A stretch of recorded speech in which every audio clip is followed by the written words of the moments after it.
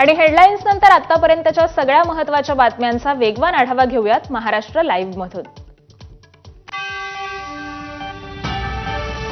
मनसे अध्यक्ष राज ठाकरे आज अंबरनाथ आणि कल्याण दौऱ्यावर जाणार आहेत। आगामी स्थानिक स्वराज्य संस्थांच्या निवडणुकांच्या पार्श्वभूमीवर ते अंबरनाथ, उल्हासनगर, बदलापूर आणि कल्याण डोंबिवलीतील पदाधिकाऱ्यांशी थेट संवाद साधणार आहेत। सकाळी 10 वाजता अंबरनाथमधील पनवेलकर हॉलमध्ये पहिली बैठक होणार आहे, तर दुसरी बैठक दुपारी 12 वाजता कल्याणीमधील गुरुद्वारा हॉटेलमध्ये पार पडणार आहे। निवडणूक रणनीती आणि संघटनात्मक बळकटीवर या बैठकीमध्ये चर्चा होणार असल्याची माहिती आहे। मुंबई महापालिका निवडणुकीच्या पार्श्वभूमीवर शिवसेना पक्षप्रमुख उद्धव ठाकरे हे सक्रिय झालेत। काल शिवसेना भवनामध्ये शाखा प्रमुख आणि इतर प्रमुख पदाधिकाऱ्यांची बैठक पार पडली। यामध्ये निवडणुकीच्या तयारीबाबत ठाकरे यांनी सूचना दिल्या। आता याच अनुषंगाने आज दुपारी 4 वाजता महिला पदाधिकाऱ्यांची बैठक ही शिवसेना भवन इथं आयोजित करण्यात आली आहे। या बैठकीला देखील उद्धव ठाकरे स्वतः उपस्थित राहणार आहेत। उद्धव ठाकरे आणि आदित्य ठाकरेंनी बहुचर्चित दशावतार चित्रपट पाहिला। मुंबईतील सांताक्रूज इथं सिनेमागृहात ठाकरेंनी सहकुटुंब हा चित्रपट पाहिला। यावेळी खासदार संजय राऊत, आमदार मिलिंद नार्वेकर आणि दशावतार चित्रपटातील मुख्य कलाकार ज्येष्ठ अभिनेते दिलीप प्रभावळकर हे देखील उपस्थित होते। दक्षिण मुंबईतील सिंदूर पुलावरती ठाकरेंची शिवसेना आणि मनसेकडून एकत्रितपणे आंदोलन करण्यात आलं। पोलिसांकडून पुलाच्या मधोमध बॅरिगेटिंग लावण्यात आल्यानंतर स्थानिक नागरिक आणि व्यापाऱ्यांना मोठा त्रास होऊ लागला। त्यामुळे दोन्ही पक्षांनी बॅरिगेट्स हटवण्यासाठी मागणी केली होती, पण प्रशासनाने त्याकडे दुर्लक्ष केल्यामुळे ठाकरेंची सेना आणि मनसे यांच्या कार्यकर्त्यांनी आंदोलन करत जोरदार निषेध नोंदवला आणि बॅरिगेट्स काढण्यासाठी प्रयत्न केले। पनवेल महानगरपालिकेकडून प्रारूप रचनेसंदर्भात सुनावणीचं आयोजन करण्यात आलं। याच दरम्यान ज्यांनी हरकती घेतल्या त्यांना फक्त एका व्यक्तीसोबत टोकन घेऊन आत येण्याची अट असताना भाजपचे माध्यम प्रमुख नवनाथ बन कोणतीही हरकत न घेता आतमध्ये आल्याचा आरोप हा मनसेच्या योगेश चेलेंनी केलाय। या प्रकरणी चौकशी करण्याची मागणी देखील योगेश चेलेंनी केलेली आहे। इंद्रायणी नदीचं प्रदूषण रोखण्यासाठी 2 मलिनीकरण प्रकल्पांना राज्यस्तरीय तांत्रिक समितीकडून मंजुरी देण्यात आली आहे। या प्रकल्पांमधून नदी संवर्धन, पूर नियंत्रण, पाण्यावर प्रक्रिया आणि सौंदर्यीकरण अशा 4ही बाबी साध्य केल्या जाणार आहेत, असं मुख्यमंत्री देवेंद्र फडणवीस यांनी म्हटलेलं आहे। काल मुंबईत आंतरराष्ट्रीय बांबू दिनानिमित्त आयोजित करण्यात आलेल्या कार्यक्रमामध्ये महाराष्ट्र गीत लावताना तांत्रिक अडचण आली। यावेळी मुख्यमंत्री देवेंद्र फडणवीसांनी समयसूचकता दाखवत माईक समोर मोबाईलवर महाराष्ट्र गीत लावलं। लाडकी बहीण योजनेत पारदर्शकता ठेवण्यासाठी राज्य सरकारकडून वेब पोर्टलची निर्मिती करण्यात आली आहे। योजनेच्या सर्व लाभार्थी महिलांनी पुढील 2 महिन्यांमध्ये या पोर्टलच्या माध्यमातून ई-केवायसी करावी, असं आवाहन हे मंत्री अदिती तटकरे यांनी केलं आहे। नवी मुंबई महानगरपालिकेच्या निवडणुका जसजशा जवळ येत आहेत तसतसं शिवसेना आणि भाजप या सत्तेतील 2 पक्षांमध्ये दरी वाढताना दिसते।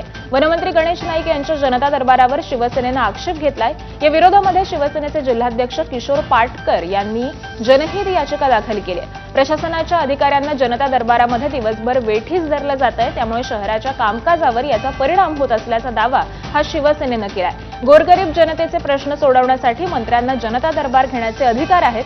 या विरोधामध्ये कोणी जनहित याचिका दाखल केली असेल तर मला आक्षेप नसल्याचं गणेश नाईक यांनी स्पष्ट केलंय।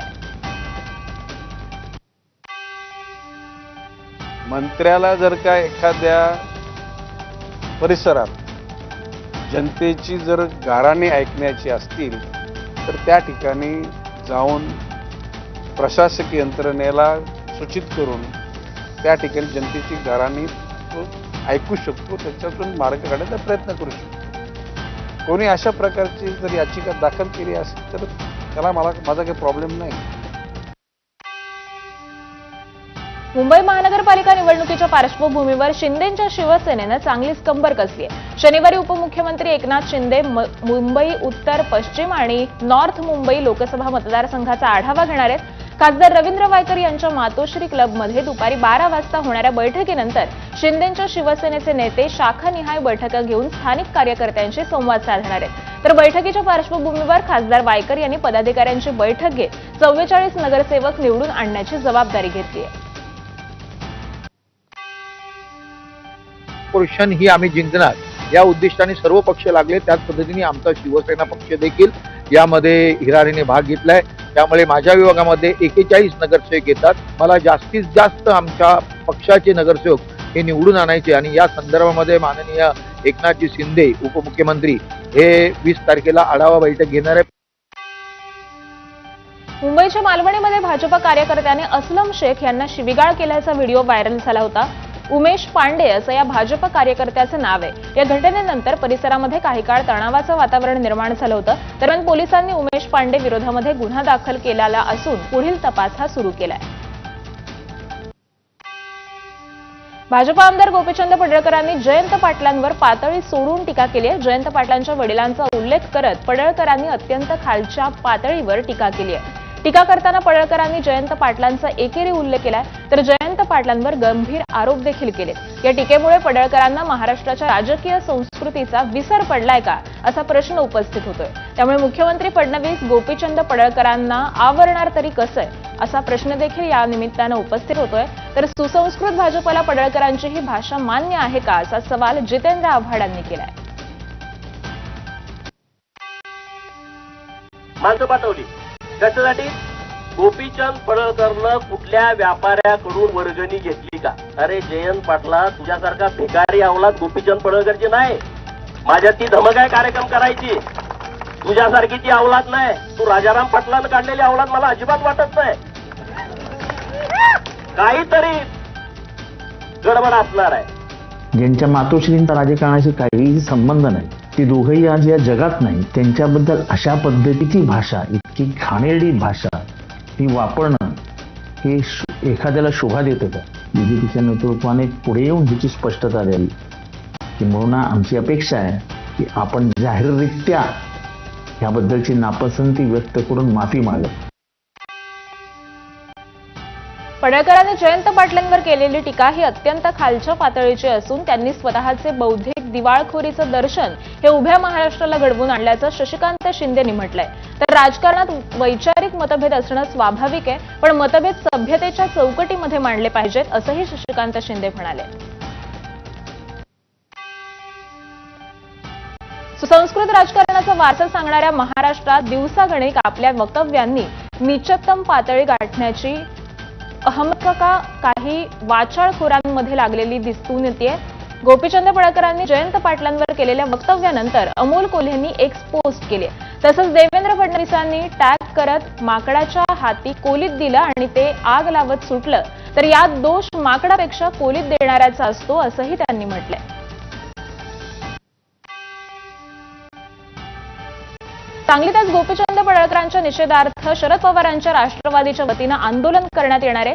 पडळकरांनी जयंत पाटलांबाबत केलेल्या वक्तव्याविरोधात शरद पवारांचे राष्ट्रवादी ही चांगलीच आक्रमक झाल्याचं पाहायला मिळालं.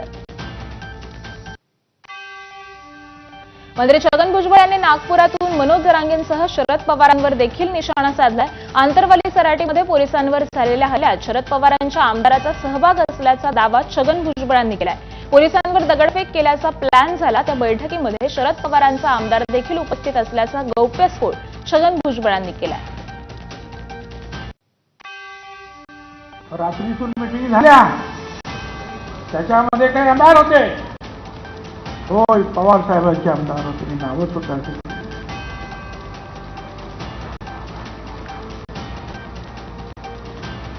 त्यांच्यातलेच एक जे आहेत ते काय महाराज म्हणून काय म्हणतात ना, त्यांचा कुठले तरी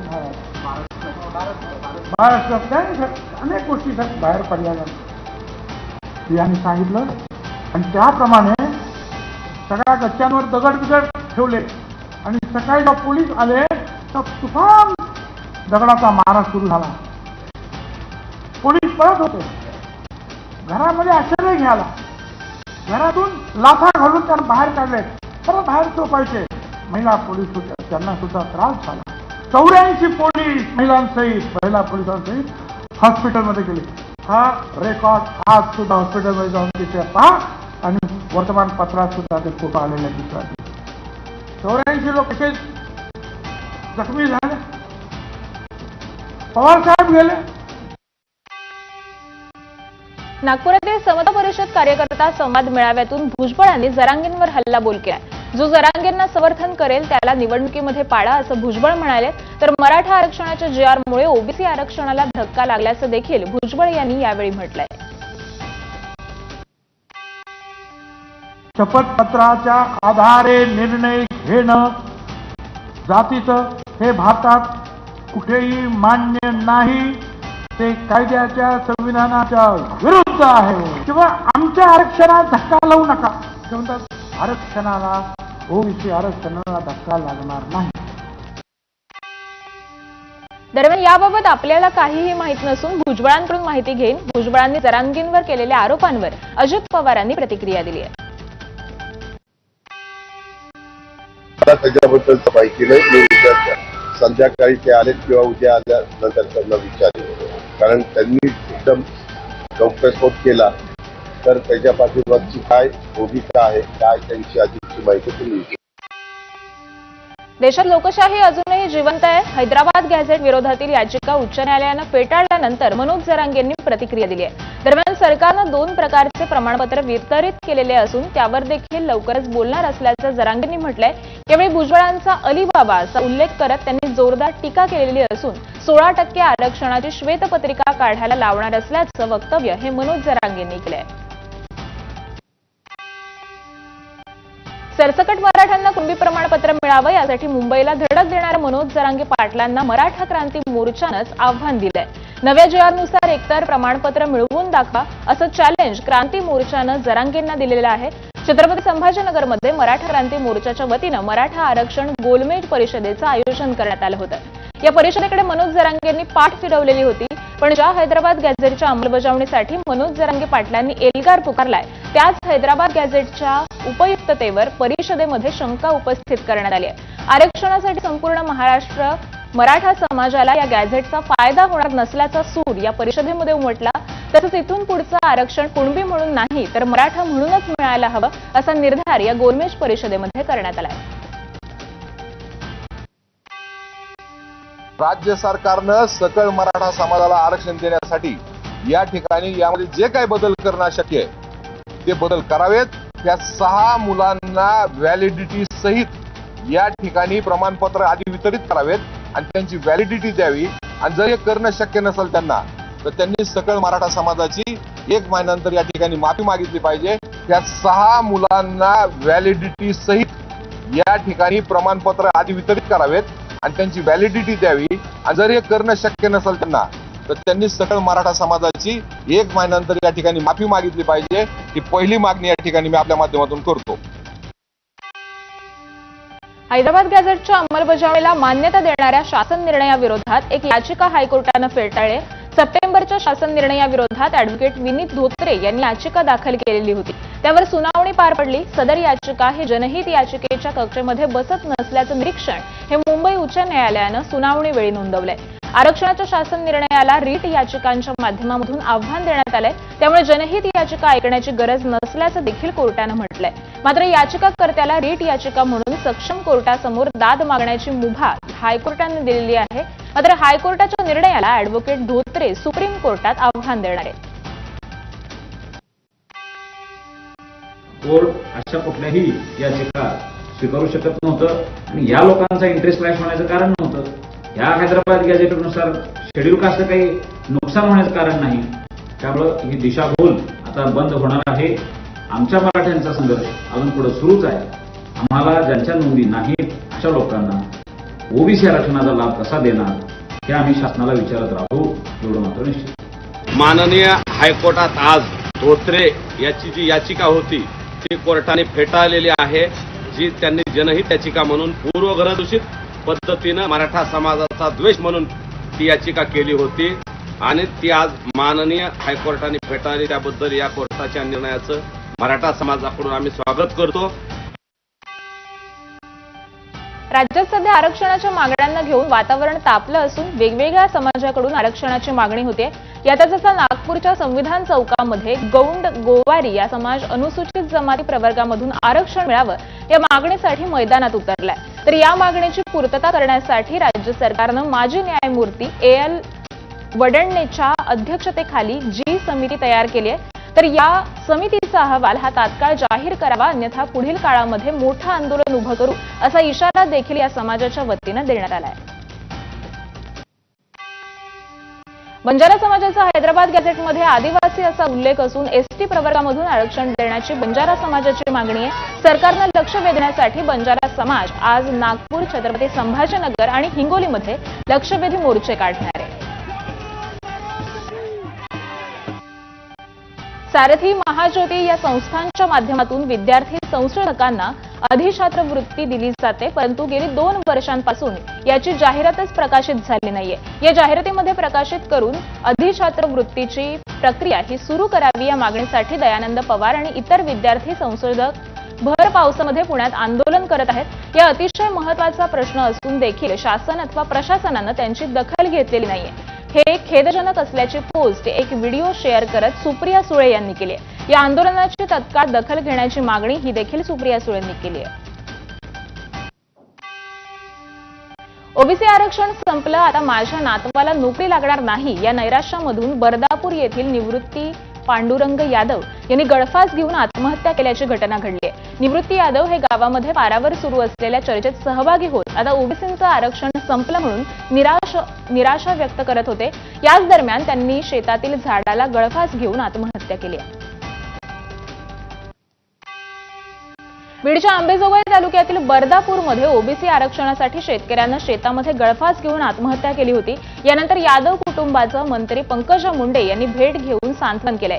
यावेळी मुंडे यांनी कुटुंबाला धीर दिला. दरम्यान कुणीही असं पाऊल उचलू नये असं आवाहन देखील यावेळी पंकजा मुंडेंनी केलंय.